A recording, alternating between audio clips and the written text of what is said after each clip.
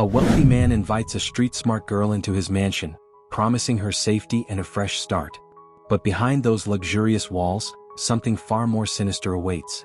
Before we start, don't forget to subscribe for more stories. The low hum of fluorescent lights echoed through the sterile white walls of the medical office. The faint scent of disinfectant lingered in the air. Wesley Grant sat stiffly on the leather chair, his fingers drumming rhythmically on the armrest. His gaze was fixed on the large ticking clock on the wall. Each second felt louder than the last, each tick a sharp reminder of the news he was about to hear. Mr. Grant. The voice of Dr. Alan Morris pulled him from his thoughts. Wesley blinked and focused on the man in the white coat sitting across from him. The doctor adjusted his glasses, his eyes filled with the kind of pity Wesley despised. "Just get to it, Doc," Wesley said coldly, his voice sharp and commanding the way he spoke to his employees. "I don't have all day." Dr. Morris's lips pressed into a thin line. He glanced down at the papers on his clipboard, then looked Wesley square in the eye. "Your condition has worsened, Mr. Grant. The tests show that your heart is deteriorating faster than we anticipated." Pause. Wesley's eyes narrowed, his jaw tightening. "How much time?" Dr. Morris hesitated, clearly searching for a softer way to deliver the blow, but Wesley wasn't a man who tolerated sugarcoating. 3 months. 6 if we're lucky. He set the clipboard down on his desk, folding his hands together. "I'm sorry, but you're now officially on the transplant list. Without a new heart, there's nothing more we can do." Wesley's fingers stopped tapping. His body became unnervingly still. "What about alternatives?" he asked, his voice dangerously low. "There are none, Mr. Grant," Dr. Morris replied. "You'll be given priority on the donor list due to the severity of your condition, but, well, you know how long it can take to find a suitable donor. It's a waiting game." Wesley leaned forward, eyes sharp as glass. "I don't wait. I win. I control outcomes, document." Dr. Morris sighed, his shoulders slumping. He'd seen this before, the invincibility complex of wealthy men who thought their money could buy them more time. "I'm afraid this isn't a business deal, Mr. Grant. It's your life." Wesley didn't respond. He stood abruptly, his gaze locked on the ticking clock as if it were laughing at him. Each second sounded louder. Louder. Louder. His hands curled into fists. He didn't wait. He didn't beg. He took. He strode toward the door, his movements stiff but purposeful. Before he left, he glanced over his shoulder. "Call me when you have real news, document. Not this charity case nonsense." The door slammed behind him.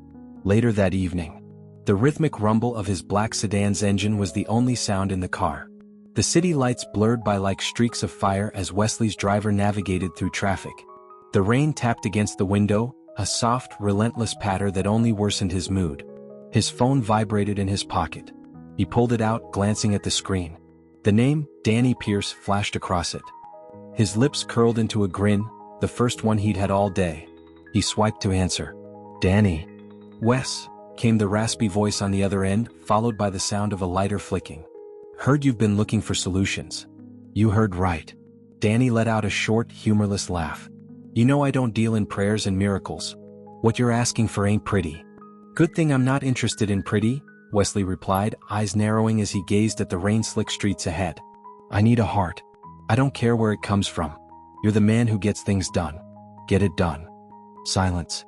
Then Danny chuckled again, but this time there was a sinister edge to it. "Careful, Wes. You're walking on a dangerous path." "I'm already dying," Wesley shot back, his voice like steel. "Danger is the least of my problems." Danny took a slow drag of his cigarette, his exhale audible through the line. "All right. I'll make some calls. But you know this kind of thing has a price." "Price doesn't matter," Wesley snapped. "I'm paying for time, Danny. And there's no price too high for that." Another silence. This one longer. "Fine," Danny said finally. "But if I bring you what you're asking for, there's no going back. No refunds. No second thoughts." Wesley's grin returned, colder than before. "There never are." He hung up, dropping the phone into his lap. His heart thudded painfully in his chest, not from fear but from weakness. He pressed a hand against it, feeling the uneven thrum of it, like a broken metronome that couldn't keep time. 3 months. 6 if we're lucky. The doctor's words echoed in his mind. "Luck's for the poor," Wesley muttered under his breath. "I make my own fate." He glanced out the window. The rain was relentless, but through the blur of city lights he spotted something. A figure, drenched in rain, walking along the sidewalk, clutching a soaked hoodie to her frame. She darted between two men near a food cart. A pickpocket. Yeah, quick. She snatched something from one of them and bolted. The men cursed, turning after her, but she was already halfway down the block, sprinting like she'd done it 100 times before. Wesley tilted his head, intrigued. "Stop the car," he barked at his driver. The sedan eased to a halt at the curb. Wesley watched as the girl ducked into a narrow alley, her wet sneakers slapping against the pavement. She paused at the end of the alley, checking her surroundings. Her eyes darted left, then right. Smart. Careful. Cunning. "Wait here," he told his driver. He stepped out of the car, the rain soaking through his coat instantly, but he didn't care. His eyes never left her. He approached slowly, footsteps light on the rain-slick pavement. She didn't notice him until he was 10 feet away. Her eyes went wide and she tensed like a wild animal about to flee. "Relax," Wesley said, hands raised, palms facing her. "Not here to cause trouble." "Funny," she shot back, her eyes darting to the street. "You look like trouble." His grin widened. "I could be, but not tonight. That was a clean move back there." "You're fast." Her gaze narrowed. "Don't know what you're talking about." "Sure you do," he replied, taking a step closer. "I know talent when I see it. And I know people who waste it." She didn't run, but her shoulders tensed, ready to bolt. "What do you want, old man?" "Old?" He laughed. "Careful, kid. I'm not as old as you think." "Yeah, well, you still haven't said what you want." "I want to help," he said, pulling out a sleek black card from his coat pocket. He tossed it toward her. It fluttered, landing at her feet. She glanced down but didn't pick it up. "What's that?" "An invitation," he said, stepping back. "You're smart. Fast. You've got instincts. I'm offering you a shot at something better than this." He gestured toward the rain-soaked street. "Warm food. Hot shower. A bed. No strings." Her eyes flicked down to the card again. She hesitated. "Why?" she asked, skeptical. "Why me?" "Because you remind me of someone I used to know." He shrugged, turning away, his coat heavy with rain. "Take it or leave it." He walked back to the car without looking back, the smile still on his face. As he opened the door, he glanced back over his shoulder. She was still standing there, card in hand, staring at it like it might explode. He got into the car, shutting the door behind him. "Back to the estate," he told his driver. The sedan pulled away from the curb. As they drove off, Wesley glanced at the rearview mirror, watching her silhouette fade into the distance. "You'll come," he muttered to himself. "They always do." His heart gave another painful lurch, like a reminder. He gripped his chest, teeth clenched, breath shallow. "Tick-tock," he muttered through the pain. "Tick-tock." The wind howled through the narrow alleyways of the city, carrying the faint metallic clatter of trash cans rolling along the pavement. Rain slicked every surface, turning the streets into shimmering black mirrors that reflected the city's neon glow. The cold bit at Rachel Bennett's skin as she crouched behind a dumpster, her breath coming in sharp, short bursts. Her heart pounded like a drum in her chest. She glanced over her shoulder, eyes darting toward the alley entrance. Two men stomped past, cursing loudly. "Where the hell did she go?" one of them barked, his voice rough with anger. "She's gotta be here somewhere," the other grumbled. "She's not that fast." Rachel gritted her teeth, her fingers clutching the inside pocket of her hoodie where the stolen wallet lay. It wasn't much, but it was enough for food tonight and maybe a new pair of dry socks. She wasn't proud of it, but survival didn't come with a rule book. The men kept moving. Their footsteps echoed for a few more seconds before fading into the distance. Only then did Rachel let out the breath she'd been holding. She leaned back against the cold, wet brick wall and tipped her head up, letting the rain splash against her face. "Another day, another chase," she muttered to herself. Her fingers fished out the wallet, her eyes scanning its contents. $43. Her stomach growled, loud enough to make her smirk. "You'll eat tonight, Rachel," she whispered, shoving the cash into her pocket and tossing the wallet into the dumpster. A sharp honk echoed from the main street, and she instinctively ducked, eyes snapping toward the noise. Her pulse still hadn't slowed from the chase. She'd spent too long running from people, from problems, from everything. Rachel shook off the nerves and pulled her hood tighter over her head. She stepped back onto the sidewalk, blending into the faceless crowd of pedestrians. Her sneakers splashed through puddles as she weaved through the people, her gaze darting around. Trust was a luxury she couldn't afford. Not in this city. Later that night, the lights of the all-night diner flickered as she stepped inside, the smell of burnt coffee and fried grease hitting her like a wave. It wasn't glamorous, but it was warm. Her clothes were still damp from the rain, her hoodie clinging to her like a second skin. The linoleum floor was sticky beneath her shoes as she walked toward the counter. "Hey Rachel," called the tired voice of a waitress wiping down the counter. It was Lizzie, an older woman with crow's feet around her eyes and a smoker's cough. She offered Rachel a knowing smile, the kind of smile that said she'd seen it all and didn't judge. "Got enough for pie today?" Lizzie asked with a raised brow, tossing the rag over her shoulder. Rachel pulled out a crumpled 20 from her hoodie pocket, slapping it on the counter. "Pie, fries, and whatever coffee you've got left." Lizzie laughed, tossing the 20 into the cash register. "Big spender today, huh? You know me. Livin' large." Rachel slid onto a bar stool, her fingers tapping the counter. The warmth of the diner was a blessing. The pie came first, warm and sweet, steam still rising from the filling.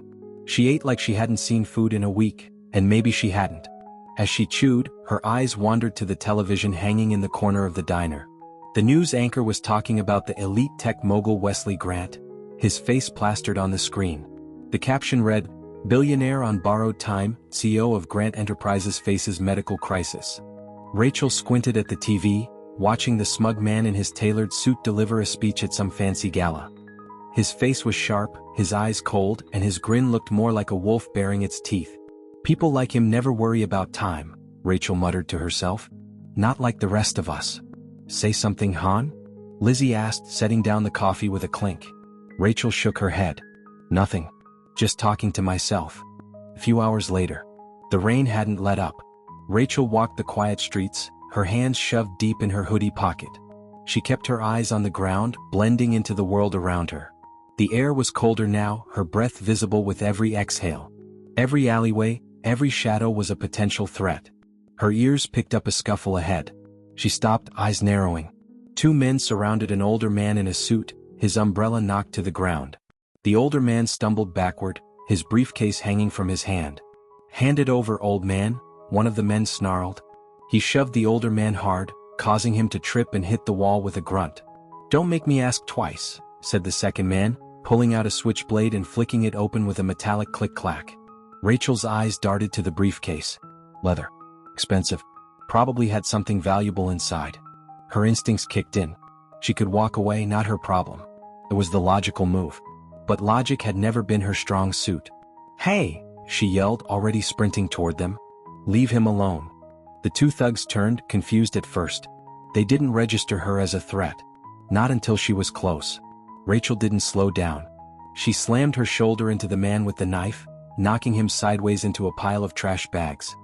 He let out a grunt, cursing as he flailed to get up. The second man lunged at her, but she ducked, sliding beneath his arm and popping up behind him.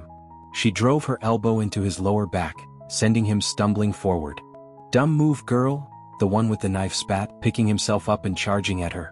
Rachel reached into her hoodie pocket, pulled out a can of pepper spray, and aimed it directly at his eyes. A loud, agonized scream echoed in the alley as the man clutched his face, his knife clattering to the ground. "Yeah, I'm full of dumb moves," she muttered, breathing hard. The other man grabbed his friend, pulling him away. "Forget it. Let's go." They ran off, cursing as they disappeared into the night. Rachel turned toward the older man, who was now standing, his breathing labored but steady. He brushed rain off his coat and picked up his briefcase. His eyes, sharp and calculating, locked onto hers. "Didn't ask for help, kid," he said flatly. "Yeah, well," she panted, still catching her breath. "Maybe I didn't do it for you." A long pause hung in the air. "You're fast," he remarked, tilting his head. "Smart too." "Don't get used to it, old man," Rachel replied, turning to leave. "Stay out of dark alleys next time." "Wait," he called after her. She hesitated. "What's your name?" She glanced over her shoulder, eyes sharp with suspicion. "Don't worry about it. Come to my house," he said, his tone shifting. "You're better than this." Rachel squinted at him like he'd just spoken in another language. "You're crazy." "Maybe," he said with a grin that didn't reach his eyes. He pulled a card from his coat pocket and held it up. "If you change your mind." "Yeah, sure," she muttered, walking away, her pace quickening. She didn't look back. 30 minutes later. Rachel sat on the steps of an abandoned building, shivering under her hoodie. Her fingers shook from the cold, but she kept her eyes on the card the old man had tossed her. The card was black. No logo. Just a name, Wesley Grant. Her eyes widened, recognizing it from the news broadcast. Billionaire on borrowed time. Her lips curled into a humorless smile. Billionaires don't help people like me, she muttered. Still, she flipped the card over. There was an address. She knew the street, the wealthiest part of the city. Gated communities. Private estates. Rachel glanced at her surroundings, the cracked concrete, the distant police sirens, the cold gnawing at her bones. She sighed and pulled a pen from her hoodie. Scribbling quickly, she wrote on the back of a crumpled receipt. If I disappear, I went to 1048 Ridgeview Estate. Ask for Rachel. She handed it to Lou, a homeless man sitting nearby. Keep this safe, she said. If I'm not back in 2 days, give it to the cops. Lou raised an eyebrow but nodded. Sure, kid. Rachel stuffed the card in her pocket, eyes cold with resolve. Let's see what you really want, Wesley Grant. The wrought iron gates of 1048 Ridgeview Estate groaned as they swung open, revealing a long cobblestone driveway lined with manicured hedges and flickering lanterns. Each step Rachel took up that driveway felt heavier than the last. Her sneakers left faint wet marks on the stones, rainwater dripping from her hoodie. The mansion loomed ahead like a beast in the mist. Cold. Uninviting. Windows stretched wide like watchful eyes, and stone gargoyles perched at the edges of the roof, peering down like silent sentinels. It wasn't a house. It was a fortress. Her heart beat faster, but she kept her breathing steady. She glanced at the exit behind her. The gates had closed. Too late to back out now, she muttered under her breath. A man in a black suit stood at the front door as still as a statue. Broad shoulders, shaved head, eyes that didn't blink. He looked more like security than a butler. When Rachel reached the bottom of the grand staircase leading to the entrance, he stepped forward, blocking her path. Name? He asked, his voice as cold as the air. Rachel Bennett, she said, tilting her head up to meet his eyes. Wesley Grant invited me. The man's eyes scanned her, his face like stone. He spoke into a small earpiece. She's here. Moments later, the large oak door creaked open, revealing a familiar face. Wesley Grant. He was no longer the man on the news in a tailored suit, commanding rooms of investors. He was tired. Well, his sharp features were sharper than ever, his skin pulled taut over his cheekbones. But his eyes, those cold, calculating eyes, were still sharp as glass. Right on time, he said, lips curling into a thin smile. Come inside. Rachel hesitated at the bottom step. I'm good out here, thanks. Wesley raised a brow, then gestured toward the house with a sweep of his arm. You'll freeze to death before sunrise. Come in. Rest. Or stay outside and wait for the street wolves to catch you. Rachel's eyes darted past him, scanning the entrance. Warm, golden light spilled out from the foyer. The cold gnawed at her, biting her fingers and toes through her shoes. She glanced down at her soaked sneakers. Her pride warred with her survival instincts. She took the first step up, then another. The man in the black suit didn't move, but his eyes followed her. Smart girl, Wesley said, stepping aside to let her in.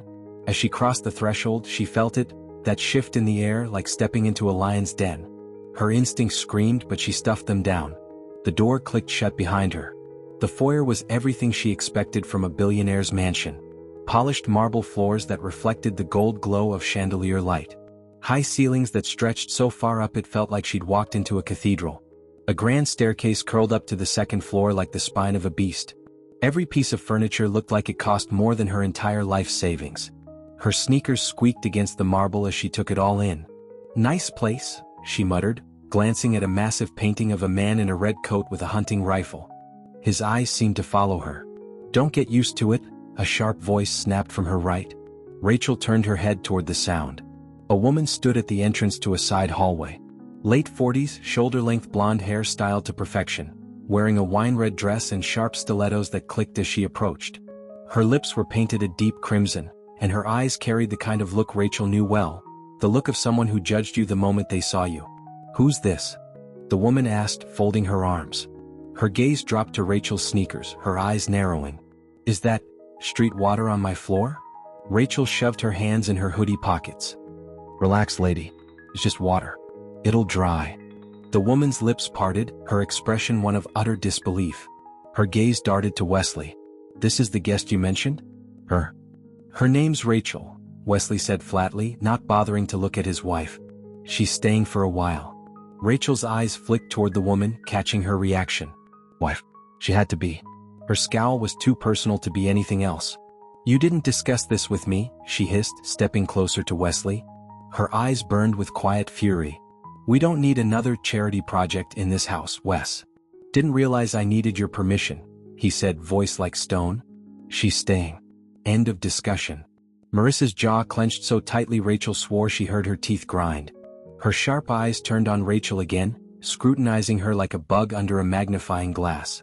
You'll be sleeping in the guest wing, Marissa said, her voice colder than the rain outside. Don't wander. Don't touch anything. And keep your shoes off my floors. Rachel stared back at her, unblinking. She didn't say yes ma'am, or got it. She just stared. Marissa blinked first. Unbelievable, she muttered, turning on her heel, her stilettos clacking down the hall. Don't mind her, Wesley said, walking past Rachel, hands in his pockets. Marissa's territorial. Yeah, I got that, Rachel replied, still watching the direction Marissa had gone. Come on, he said, nodding toward the stairs. I'll show you to your room. They walked in silence. The staircase creaked under his weight but not under hers. On the second floor, the hallway stretched long and narrow, lit by wall sconces with dim golden bulbs. Door after door passed them by. Rachel glanced at them, counting in her head. 7 doors on this floor. One of them locked, I bet. Her eyes darted to Wesley's face, watching for a tell. Don't get any ideas, he said without looking at her. The only room you need to worry about is yours. They stopped at the end of the hall.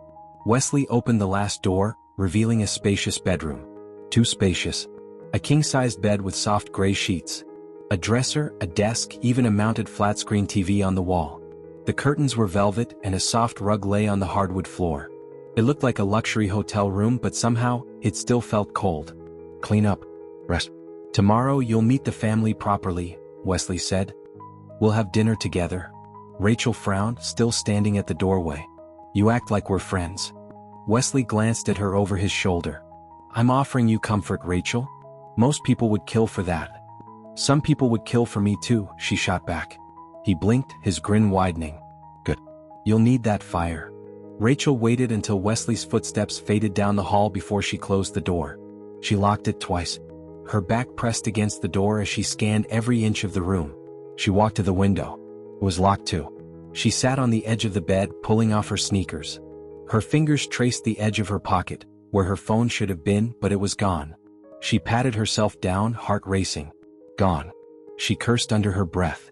Did Wesley take it? The guy at the door? No. She knew exactly who it was. Marissa. Her stomach twisted. This was no mansion. It was a cage. And she'd walked right into it. Her eyes flicked to the ceiling, following the faint hum of air vents. Cameras.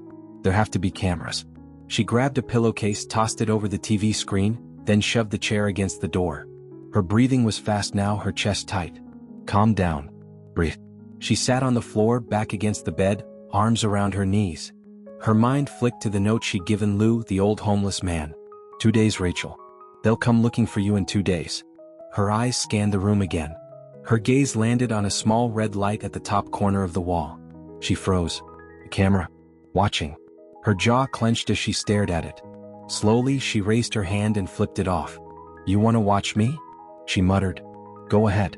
I'm not hiding. Her eyes didn't leave the red light, not for a second. The air in the mansion was unnervingly still, like the silence before a thunderstorm. Every creak of the floorboards beneath Rachel's feet felt deafening, each step echoing through the long, dimly lit hallway. She moved slowly, her breath shallow, every sense on high alert. It had been 2 days since she'd arrived, and she'd learned enough about this place to know that she wasn't a guest. She was a prisoner. No phone. No contact with the outside world. The only person who spoke to her was Marissa, and every conversation was laced with venom. But tonight was different. Tonight she would figure out what was really going on. Rachel's eyes darted toward the end of the hall where Wesley's office door loomed like a mouth ready to swallow her whole. It had been locked every time she checked. But tonight she had an opening. Downstairs she'd seen Marissa in the kitchen, arguing with Tyler, Wesley's son, about something she couldn't quite hear. Wesley himself was still at the dinner table, finishing off a glass of red wine, his eyes glazed with exhaustion. Everyone was distracted. It was now or never. Rachel reached the office door and twisted the knob, expecting the usual resistance. But it turned. Her heart skipped a beat. Unlocked. She glanced down the hall, checking for signs of movement. Nothing. The mansion was as still as ever. Slowly she pushed the door open, wincing as the hinges gave a faint, low creak. She slipped inside, closing it gently behind her. The room smelled of leather, old paper, and cigar smoke. Floor-to-ceiling bookshelves lined the walls, but it wasn't the books she was interested in. It was the desk. Wesley's desk. She moved quickly but carefully, her eyes scanning every surface, every drawer. She tried the top drawer, locked. She jiggled it a little harder. No luck. Her eyes shifted to the desk lamp. It was an old brass design, one of those that had to be twisted at the base to turn on. Without thinking, she twisted it. Click. The sound wasn't the lamp turning on. It was the drawer unlocking. Rachel blinked, then smirked. Paranoid rich people and their secret switches. Too easy. She slid the drawer open and found exactly what she was looking for. Files. Thick manila folders packed with papers. She flipped through them quickly, scanning the titles. Patient reports, donor status, extraction protocol. Her blood ran cold. Her fingers stopped at the file labeled donor status, priority acquisition. She pulled it out slowly, eyes wide with disbelief. She opened it. Her heart pounded harder with every page she read. Medical charts. Test results. Blood type comparisons. Her eyes darted to the bottom of one page where it listed the potential donor's details. Name: Rachel Bennett. Age: 19. Condition: optimal health. Status: confirmed. Her breath hitched. Her hands shook. Her eyes darted down to the next line. Extraction date: pending surgeon availability. Her vision blurred for a second. Her mind couldn't process what she was reading. Extraction? Donor? This isn't real. This isn't real. But it was real. They weren't keeping her here as a guest. They were waiting for something, for someone, to take her heart. Her stomach twisted with nausea. She shoved the file back into the drawer, forcing herself to breathe slowly in and out. Her fingers trembled as she closed the drawer, twisting the brass lamp to lock it again. Her instincts told her to run. Her heart told her to run. But her mind held her still. Stay calm. They don't know you know.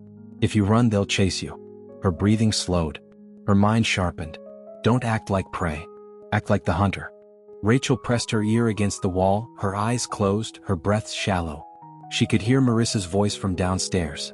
It wasn't loud, but it was sharp and agitated. You can't just keep her here, Wesley. Marissa hissed. She's not stupid.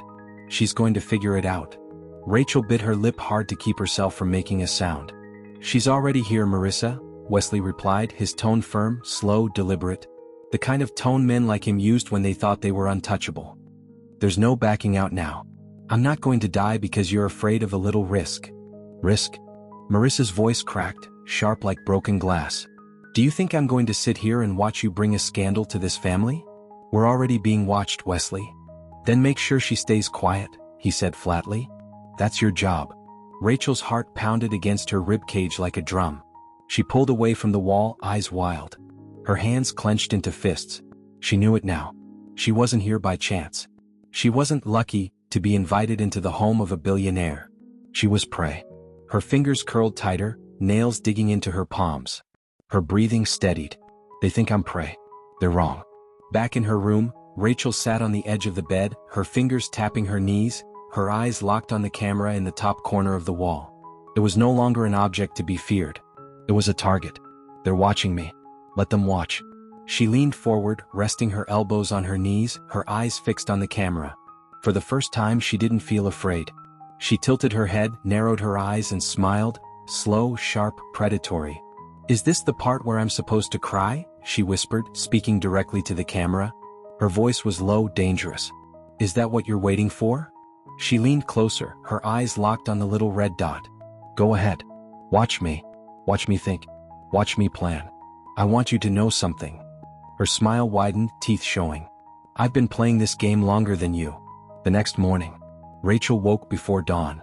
Her eyes snapped open at the first creak of the floor outside her door. She didn't move. She stayed perfectly still, breathing slowly, eyes half closed, pretending to be asleep. Her heart pounded as she heard the subtle creak of the doorknob. They're checking on me. The door opened slowly, just a crack. She didn't move. She stayed limp, still, her breathing steady and soft. Someone lingered at the door. She didn't have to look to know it was Marissa. She could feel it. After a moment, the door quietly closed again. Rachel's eyes opened fully, her gaze sharp as broken glass. They're getting nervous. Good. She had a plan now. It wasn't perfect, but it didn't have to be. It had to be bold. It had to be fast. If they wanted her heart, they would have to chase her for it. Step 1. Secure an escape route. She'd seen the large window in the second-floor laundry room. It wasn't locked like her bedroom window. She checked it last night.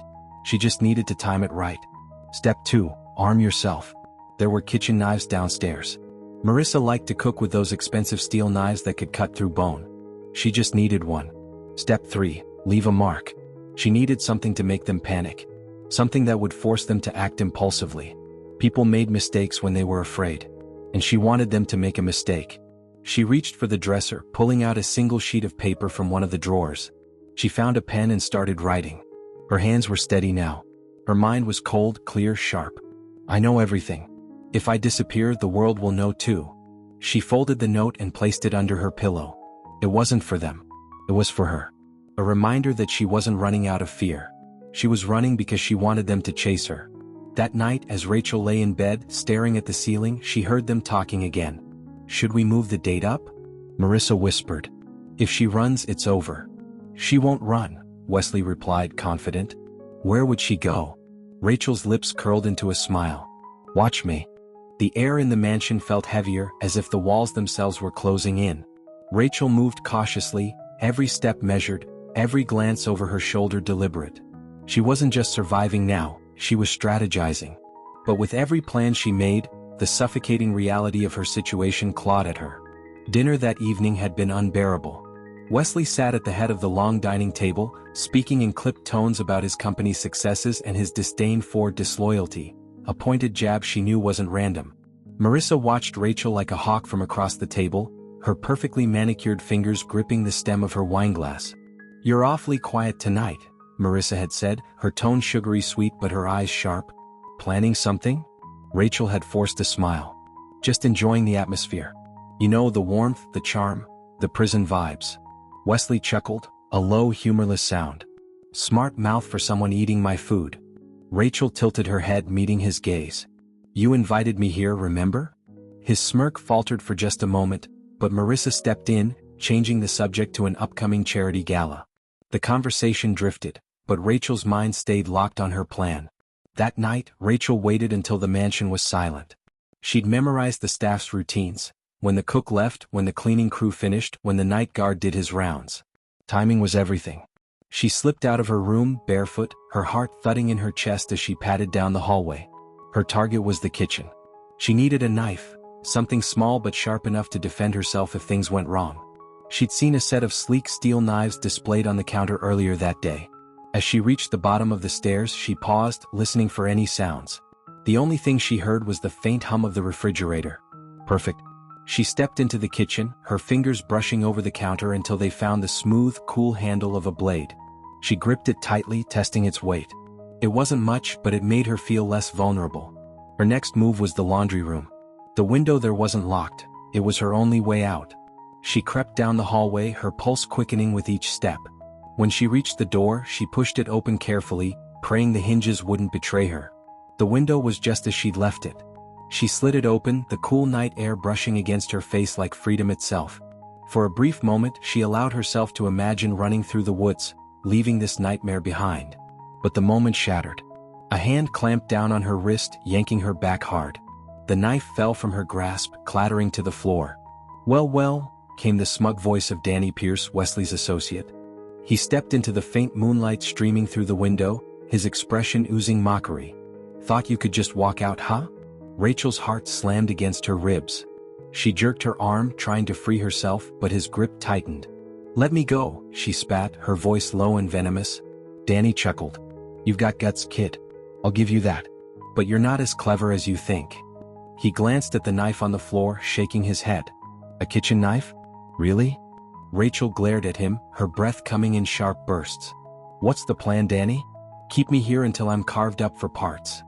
His smile faltered for a split second, enough to confirm what she already knew. I don't ask questions, he said, his tone colder now. I just follow orders. And my orders are to keep you right here where you belong. He pulled her roughly back into the hallway, his grip unrelenting as he dragged her toward the staircase. Danny shoved Rachel into Wesley's office, her feet stumbling on the polished floor. Wesley was already there, sitting behind his desk, a glass of whiskey in hand. He didn't look surprised to see her. "I told you she'd try something," Marissa said from the corner of the room. She was perched on the edge of a leather armchair, her arms crossed, her expression smug. Rachel straightened, glaring at all of them. "You're insane, all of you." Wesley took a slow sip of his whiskey before setting the glass down. "You think I don't know who you are, Rachel? You think I don't know how people like you operate?" Rachel barked out a humorless laugh. "People like me? You mean people who try to survive while the rich pick their bones clean?" "You're not a survivor," Wesley said coldly. "You're an inconvenience. One that I'm dealing with." She clenched her fists, her nails biting into her palms. "Dealing with? By cutting me open?" The room went silent. Even Marissa's smugness faltered. "Enough," Wesley said, his voice sharp, cutting through the tension like a blade. "You don't know what you're talking about." Rachel stepped forward, defiance blazing in her eyes. "I found your files, Wesley. Donor protocol? Extraction date? You think I don't know what that means? You think I'm just going to sit here and let you take my heart?" Wesley's face didn't change, but there was a flicker in his eyes, surprise, maybe even guilt. Marissa, however, wasn't as composed. "You don't know anything," Marissa snapped, rising to her feet. "You're just a desperate little girl who stumbled into something you don't understand." Rachel's gaze shifted to her. "Oh, I understand perfectly. You're all scared. Scared that if I leave I'll expose you. Scared that the whole world will see what monsters you really are." Wesley stood abruptly, his chair scraping against the floor. His voice was quiet but lethal. "Enough, Rachel." "No," she said, her voice rising. "You think you can keep me here? That I'm just some pawn in your sick game? Watch me. Watch me tear this whole thing down." Danny stepped forward, but Wesley raised a hand, stopping him. "You've made your point," Wesley said, his tone icy. "Now go back to your room. We'll deal with this tomorrow." Rachel stared at him, her jaw clenched, her chest heaving with fury. But she knew when to retreat. For now. She turned and walked out, her back straight, her hands trembling at her sides. Danny followed her, making sure she didn't try anything on the way back to her room. As Rachel sat on the edge of her bed, her mind raced. They knew she was a threat now. They would tighten their grip, watch her every move. But they'd made a mistake. They'd underestimated her. She glanced at the camera in the corner, her lips curling into a small, defiant smile. "You're running out of time, Wesley." "Not me." The homeless shelter, 7:45 a.m. Rain pattered softly against the windows of the Southgate Community Shelter. Inside, the smell of old coffee and damp clothes filled the air. The early risers huddled around the room's few working heaters, warming their hands, eyes still heavy with sleep. At one of the folding tables sat Lou Grimes, an elderly man with a long, scruffy gray beard and eyes that had seen too much of the world. In his weathered hands, he held a crumpled piece of paper, the note Rachel had given him 2 days ago. He'd been staring at it on and off, his thumb tracing over the words. "If I disappear, I went to 1048 Ridgeview Estate. Ask for Rachel." Lou scratched at his beard, glancing around the room. His gaze settled on the 2 volunteers near the kitchen. One was a short, stocky man he'd seen handing out food before, but the woman was new. She stood tall, dressed in plain slacks and a navy jacket, her brown hair tied back into a tight ponytail. Something about her was different. Sure. Watchful. Lou's eyes narrowed. He knew the look. He watched as she chatted casually with the other volunteer, but her eyes kept scanning the room, like she was always on duty. That was his chance. He stood, pocketing the crumpled note. His old knees groaned in protest, but he made his way toward her, slow but steady. She noticed him before he even spoke, turning to face him with that sharp, assessing look. She smiled politely. "Need something, sir?" she asked, her voice calm but firm. Lou didn't answer right away. He pulled the note from his pocket, unfolded it and held it up. "You the law?" he asked, squinting up at her. Her eyes flicked to the note, then back to him. Her gaze hardened, but her smile didn't fade. "Close enough," she said, reaching for her back pocket and pulling out a leather case. She flipped it open, revealing her badge. Special Agent Sarah Walker, Federal Bureau of Investigation. Lou's lips twitched. "Bingo." "Thought so," he muttered, handing her the paper. "Got this from a girl. She told me if she didn't come back, I was supposed to give it to the law." Agent Walker took the note, her eyes narrowing as she read it. Her fingers tightened around the paper. "Where's the girl now?" she asked, eyes locked on his. "Don't know," Lou admitted. "She went off with some rich guy in a black car." Haven't seen her since. Walker's gaze darted back to the note. 1048 Ridgeview Estate. Her brain kicked into gear. Ridgeview was home to some of the wealthiest people in the state. Private estates, high fences, and long driveways. The kind of place where people disappeared behind iron gates and were never seen again. Her pulse quickened. This isn't nothing. Can you describe the guy? She pressed. Yeah. White dude. Tall. Expensive suit. Looked like one of those guys on TV talking about hedge funds and stock prices, Lou said, rubbing his hands together. Looked like he owned the whole world. Agent Walker's eyes narrowed. She knew exactly the kind of man he was describing. FBI field office, 10:02 a.m. Agent Walker sat at her desk, her fingers tapping rhythmically on the keys as she typed 1048 Ridgeview Estate into the Bureau's property search database. It wasn't long before a name popped up next to it. Her eyes narrowed. Owner, Wesley Grant. Business affiliation, CEO of Grant Enterprises. Her heart sank. Wesley Grant. It was a name that had crossed her desk more than once. Multiple complaints from former employees. 2 allegations of tax fraud, both swept under the rug.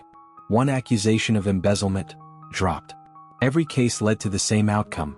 No charges filed, no consequences. Rich men like him were untouchable. But now he might have made a mistake. Walker, a voice called from across the bullpen. Agent Michael Trent, her partner, strolled toward her, holding 2 coffee cups. You've been glued to that screen all morning. What's up? She held up the crumpled note. Potential abduction. Girl named Rachel Bennett. Might be at Wesley Grant's estate. Trent raised an eyebrow, his laid-back demeanor suddenly gone. Wesley Grant? As in the Wesley Grant. Yup, Walker replied, turning the monitor so he could see. This is the address she listed. The guy's name was mentioned by the informant too. Trent let out a slow whistle. Man like Grant doesn't just kidnap people. He buys them. Exactly, she said, her jaw tightening. Something's off. I'm not letting this one go. You think she's still alive? Trent asked, his voice quieter now. Walker glanced at the note. If I disappear. Those words hit harder now. Yeah, she said firmly. But not for long if we sit here. FBI tactical briefing, 1:15 p.m. Agent Walker stood at the front of the room, pointing at a blueprint of the Ridgeview estate. The layout was displayed on a large screen, every room marked. Her team of 6 agents sat around the table, taking notes. Here's what we know, she began. This property belongs to Wesley Grant, CEO of Grant Enterprises. He's a man with resources, influence, and money to burn. We've got a credible tip that Rachel Bennett, 19 years old, is being held on the premises. Walker clicked to the next slide, a grainy photo of Rachel from a nearby security camera. She was walking down a street in a hoodie, unaware of the camera capturing her. This is Rachel. If she's inside, we get her out alive. No exceptions. Do we have cause for a warrant? Asked Agent Brooks, the team's lead negotiator. Not yet, Walker admitted, but I'm working on it. The best chance we have is to catch them in the act. Catch them doing what? Brooks frowned. Walker's eyes darkened. Something tells me it's not charity work. On the road to Ridgeview Estate, 9:45 p.m. The black SUVs rolled slowly down the dimly lit street, rain streaking down the windshields. Inside the lead vehicle, Walker sat in the passenger seat, radio pressed to her ear. Eyes on the perimeter, she said. Check for cameras. No mistakes. Her eyes flicked toward the estate's massive gates in the distance, the faint glow of security lights casting long shadows on the wet pavement. She hated places like this, places where people could hide anything and anyone, places where money covered every sin. The radios buzzed with responses from her team. Perimeter clear. Back entrance is secured. No movement on thermal. Good, Walker muttered, her heart pounding harder now. We wait for the green light. Her phone buzzed. She pulled it out and glanced at the screen. Warrant approved. Proceed with caution. Her eyes met Trent's. He grinned, his hand gripping the steering wheel tighter. Showtime. Walker lifted her radio to her mouth. All units. We have a warrant. Move in. Outside the estate, 10:03 p.m. The SUVs came to a stop just beyond the tree-line. 6 agents filed out, guns drawn, moving swiftly toward the fence. Bolt cutters snapped the chain. The gate swung open. Move in, Walker ordered. Her heart raced as she moved with them, eyes locked on the house. Lights flickered in the windows. Shadows moved inside. They know. They always know. A shout rang out from the front of the house. They're coming. Glass shattered from the second-floor window. Agent Trent ducked, his eyes on Walker. "They're making a move." Walker's voice was cold steel as she barked into the radio. "Go. Breach, breach, breach." The front door exploded inward, splinters flying everywhere as the battering ram made impact. Agents poured inside, shouts and footsteps thundering like a storm. Walker moved fast, scanning the faces of the household staff, shouting orders as she went. "Where's Rachel Bennett? Where is she?" No answer.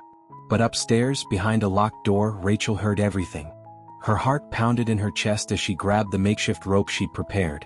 They came. They really came. Her hands gripped the rope tight. Time to move. Rachel's room, 10:04 p.m. The world outside was a thunderstorm of chaos.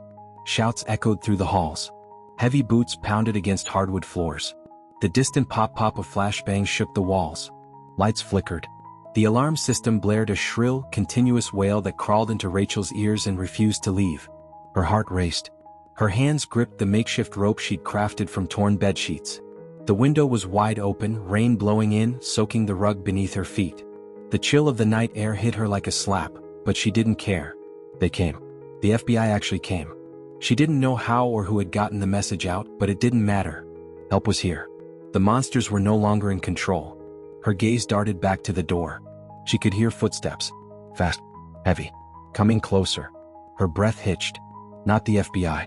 Not them. Her eyes darted to the open window. No time for fear. No time for doubt. She tossed the makeshift rope over the edge, braced herself against the window frame and started climbing. Her feet slipped against the wet brick wall, and her arms strained to keep her grip. The cold rain soaked her hoodie and made everything slick. But she didn't stop. She didn't freeze. Don't think. Just climb. The door behind her burst open with a deafening crash. Rachel glanced up and saw Tyler Grant, his face twisted with rage. His eyes locked on her. "Get back here," he roared, rushing toward her. Rachel moved faster, her arms burning, fingers gripping the fabric like it was her lifeline. She heard the pounding of Tyler's footsteps, the creak of the wooden floors, then a hand grabbed her ankle. "No!" Rachel screamed, kicking wildly. She caught him in the face with the heel of her shoe, and he snarled in pain, letting go just long enough for her to slide further down the rope. "You think you're getting away?" Tyler's voice was wild, frantic. "You think this is over?" Her heart pounded in her chest, harder than ever before. She was close now, just a few feet from the ground. Her fingers slipped, her grip weakening. She braced herself, gritting her teeth as she let go. Her feet hit the ground harder than she expected. Pain shot up her ankles, but she didn't stop. She stumbled forward, sucking in air. Her lungs burned from the cold night air, her eyes darting in every direction. The rain soaked her to the bone. "Run!" she hissed to herself, her legs moving before her mind could catch up. Inside the estate, 10:06 p.m. Wesley Grant sat slumped at the head of the dining table, his breathing shallow, one hand pressed to his chest. His face had gone pale, beads of sweat glistening on his forehead. He wheezed, his eyes bloodshot, watching the room spin around him. Another heart attack. He'd felt it creeping in for hours. The tightness, the shortness of breath. But he'd ignored it. He'd told himself he could handle it, just like everything else in his life. Now his world was crumbling. Marissa stood over him, her face pale with panic. "Wesley, breathe. Breathe," she barked, shaking him. "Don't you dare die on me." He tried to speak, but it came out as a choked wheeze. His eyes darted toward her, wide and wild. He reached for her, his fingers curling around her wrist with surprising strength. "Rachel?" he croaked, his lips barely able to form the word. "What?" "Rachel." Marissa's eyes flicked to the window, then back to him. "She's gone, Wesley. Forget about her. You're dying." He tried to shake his head, tried to push himself upright, but his body betrayed him. His heart was no longer his own. The world blurred. Front entrance, 10:08 p.m. FBI. "Get down." Agent Sarah Walker's voice echoed like a war cry as she stormed through the front entrance. Her sidearm was drawn, her eyes cutting from one figure to the next. Two of Wesley's private guards stood with their hands raised, their eyes wide with panic. Agent Trent and another agent moved in to cuff them, pushing them down against the marble floor. "Where's Rachel Bennett?" Walker's voice was as sharp as a blade. She turned to one of the guards, pointing her gun at him. "Where is she?" The man's lips quivered. I don't know. Upstairs, I think." Crack. A sharp, muffled sound echoed from upstairs. A struggle. Move! Walker shouted, sprinting toward the stairs. She took them two at a time, her heart racing. Please be alive. Please be alive. She reached the second floor, gun raised, eyes locked on the end of the hallway. She saw the open door. The curtains flapping wildly in the wind. Rain spilling in. Her chest tightened. Rachel, she shouted, running toward the window. She looked out into the night, scanning the lawn below. For a moment, there was nothing but rain and shadows. Then she saw her, a figure sprinting toward the tree line. Walker's heart surged. I've got eyes on Rachel Bennett. Southeast perimeter, she barked into her radio. Move in on her position. She's on foot. Hold on, kid. We've got you. Backyard 10:09 p.m. Rachel ran so fast her legs felt like they were going to give out. Her feet splashed through mud and grass, the rain blinding her as it poured down her face. She could hear the shouts behind her. Stop her. Now. Tyler's voice rang out from behind. His footsteps were heavy, fast, too close for comfort. Run. Just run. Her lungs burned. Her legs ached. But she didn't stop. She'd never stop. The tree line was closer now. Just a little more. She felt it before she saw it. A hard shove from behind. Her body pitched forward and she hit the ground hard, face first in the mud. Pain exploded through her chest as she gasped for air. You're done. Tyler snarled, grabbing her by the back of her hoodie and yanking her to her feet. You're dead, you hear me? You think anyone's gonna save you? Rachel's breath came in ragged gasps.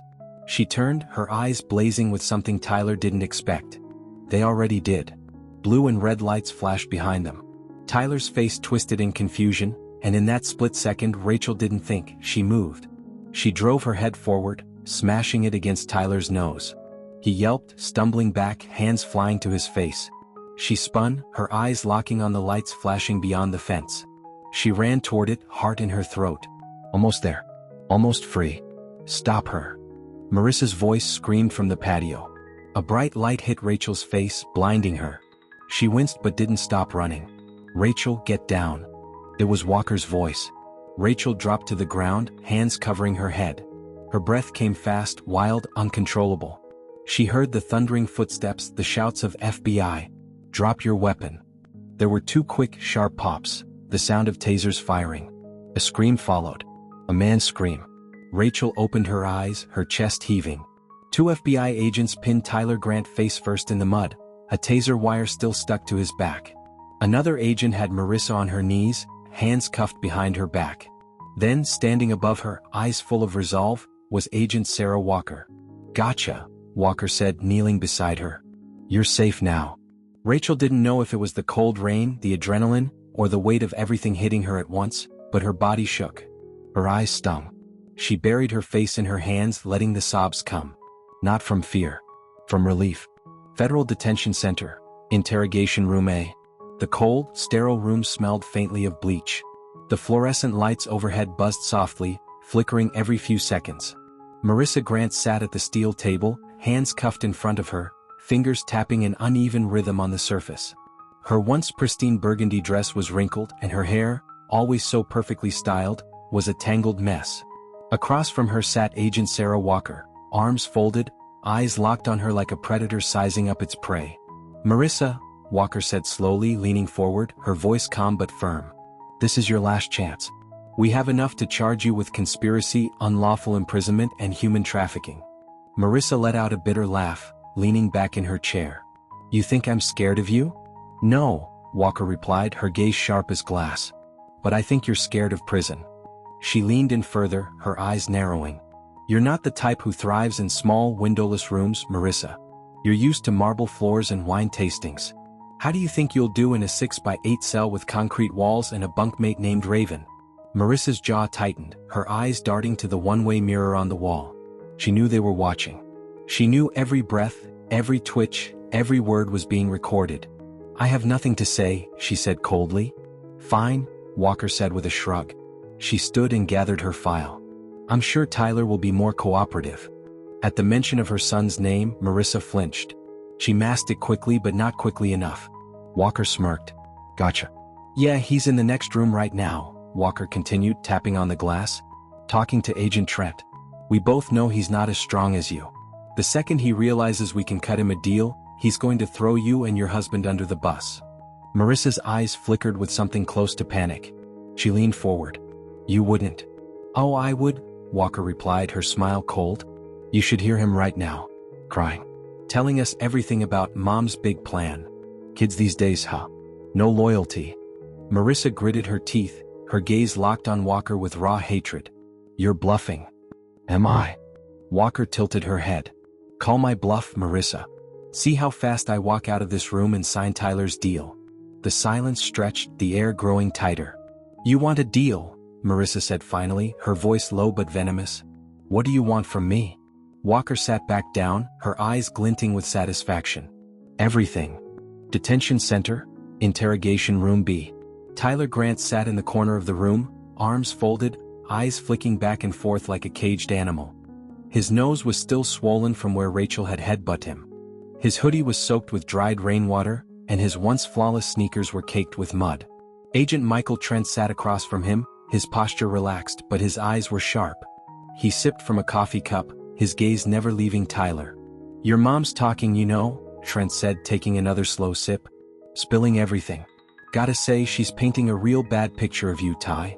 Tyler glanced up, his eyes narrowing. She wouldn't do that. Trent grinned. Oh, she would. See, your mom's a survivor. She's always been about self-preservation, hasn't she? Look at you. She raised you to think you were untouchable, but guess what, kid? He leaned in, his grin vanishing. You're very, very touchable now. Tyler sat forward, his eyes flashing with defiance. You can't pin anything on me. Kid, I've got you on 3 charges already, Trent said, holding up 3 fingers. Assault, conspiracy to kidnap, and aiding and abetting human trafficking. You're facing 25 to life. But you know what? I'm a nice guy. I'm offering you a way out. Tyler's eyes darted toward the door. Your mom's not taking the blame for you, Trent added, his voice growing colder. In fact, I'm pretty sure she's gonna tell us you were the one who chased Rachel out into the yard. You know, the girl you tackled in the mud? The one with the broken ribs. Tyler's face went pale. I didn't. Yeah, save it for the judge, Trent said, cutting him off. But I'll tell you what. You tell me everything, about your dad, your mom, everything, and I'll recommend you for a lighter sentence. Tyler shook his head, panic setting in. No, you don't get it. My dad, he'll fix this. He always fixes it. Trent raised an eyebrow, then slowly stood, slapping his hands on the table. Kid, your dad's in a hospital bed right now with a busted heart and 0 leverage. No one's coming to save you. You're alone. So tell me, Tyler, who are you loyal to? Your dad? Your mom? Or yourself? Tyler sat there, his jaw tight, his breathing shallow. Clock's ticking, kid, Trent said, walking toward the door. Tick-tock. Wait. Tyler blurted out, his eyes wild. I'll talk, okay? Just don't leave me in here. Trent smiled. Good boy. The courtroom. The courtroom buzzed with tension. Reporters whispered in the gallery. Cameras clicked like static. Every eye in the room was on the defense table, where Marissa and Tyler Grant sat, each in separate seats with their separate attorneys. Their once pristine appearances were gone. Marissa wore a gray suit, her hair pulled back too tightly, her eyes hollow. Tyler looked like he hadn't slept in days, his eyes darting around like a rabbit in a snare. At the prosecution table sat Rachel Bennett, now dressed in simple but clean clothes. Her eyes didn't dart. Her eyes didn't shake. She sat still, calm, steady. Beside her was her lawyer, Jonathan Reed, a no-nonsense attorney known for dismantling high-profile defense teams. The judge entered, the room quieted, and the trial began. Day 3 of the trial, witness testimony. The sound of footsteps echoed as Rachel took the stand. She gripped the sides of the podium, her eyes meeting the crowd. She wasn't afraid anymore. The prosecutor, Michael Reed, approached her. Rachel, can you tell us how you first came into contact with Wesley Grant? Rachel took a breath. Her voice didn't shake. He approached me on the street, she said. He offered me a chance to stay at his house. Said I could have food, warmth, and a bed. And did he ever tell you the real reason he wanted you there? No, she said, her eyes flicking toward Marissa and Tyler. He lied. All of them lied. Can you tell the court what you found in his office? Rachel nodded, her eyes hard as steel. I found medical records. It had my name on it. It said I was the donor. They were going to use me as a heart donor for Wesley Grant. The courtroom erupted in murmurs. The judge banged his gavel. "Quiet," he barked. Rachel's gaze remained locked on Marissa. For the first time, Marissa didn't look back. Verdict day. The courtroom was so quiet you could hear a pin drop. The judge's voice echoed like thunder.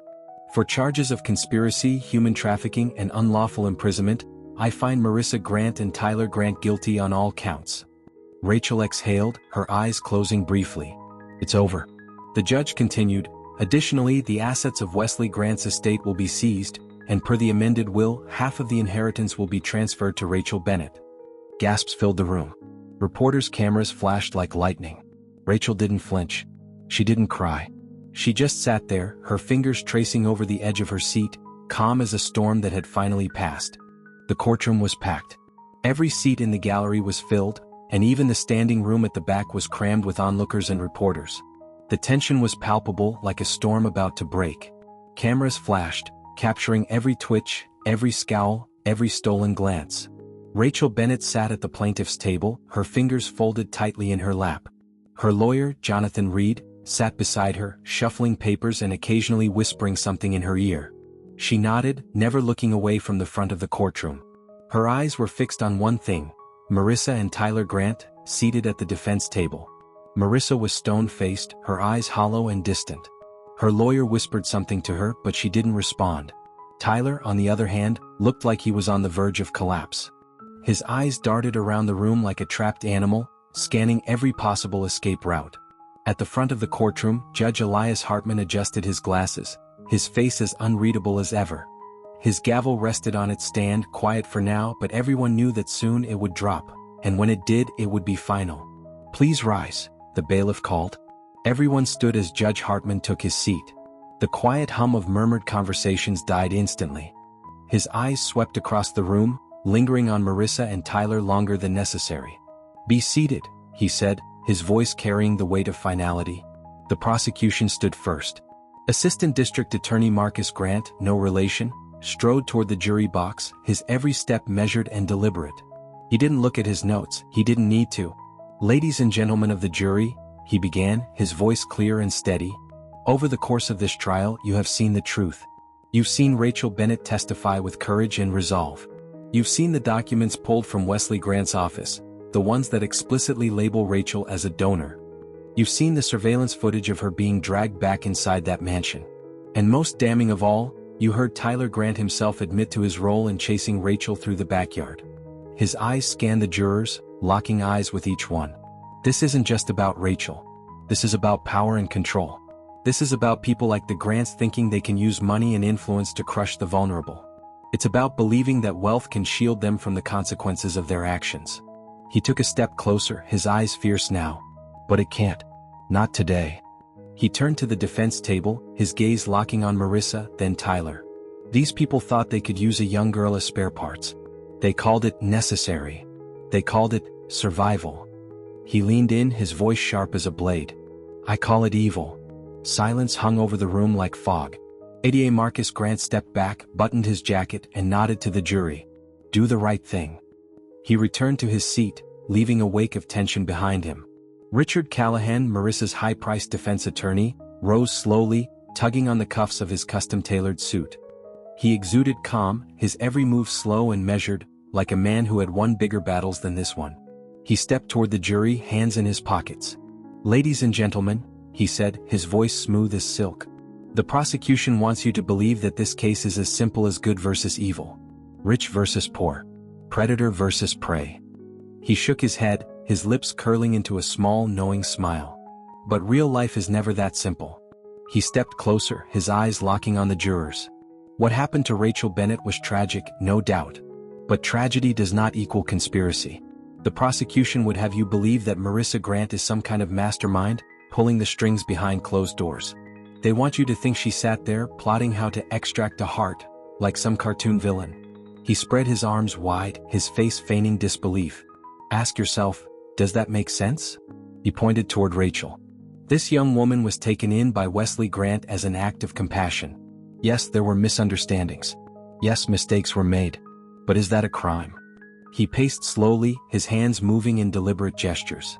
"My clients are not criminals. They're parents. Flawed parents, sure, but parents who were dealing with the fear of losing a loved one. He stopped in front of the jury. You've seen Rachel Bennett? You've seen her testify. Ask yourself if she might have misinterpreted some things.